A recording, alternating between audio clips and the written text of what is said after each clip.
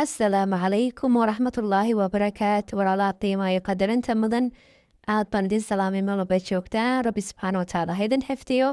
soo dhawaada maanta waxay noo wada baasta khudradeedu maasha allah aad u badan tahay halka waxay noo yarsaa wadarteen kaabash kaarood sukiini ama bocor basal halkan waa hilibkii toontii iyo barbaroonigii iyo kabsartii halkan waa xawaashadii geeda buurbuur iyo shurke iyo huruud iyo filfil iyo hayl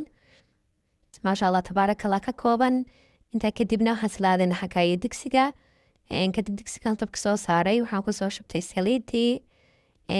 saliidan kusoo shubay intaa kadib hilibkan kusoo ridanayaa jiirhka maasha allah tabaarakallah markuu soo hasaadon hoogaa soo walaaqana waxaan kusoo darayaa xawaashiyada hilibka iyo xawaashida cabaar isku yaro huuriyo waxaan ku darayaa basasha intaa kadib basashan cabaar waxaan ku walaaqo ay si fiican isku dhex galaan maasha allah tabaarakallah waxaan ku darayaa rumaanka sooskeeda balgacada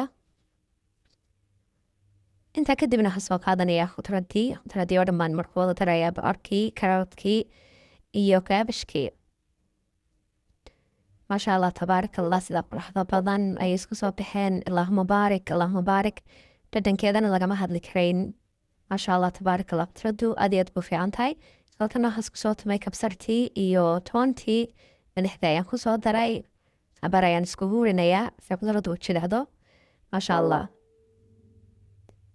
intaa kadib waxaan soo karsaday dhinacyadan iigu karaysay baastadii aan soo kariyey sida caadigeed oo kusoo daray si fiican ayaan iskugu soo huuriyey maasha allah tabaarakallah saasay kusoo baxday waxaan rajeyn inaad ka bogateen salaamu calaykum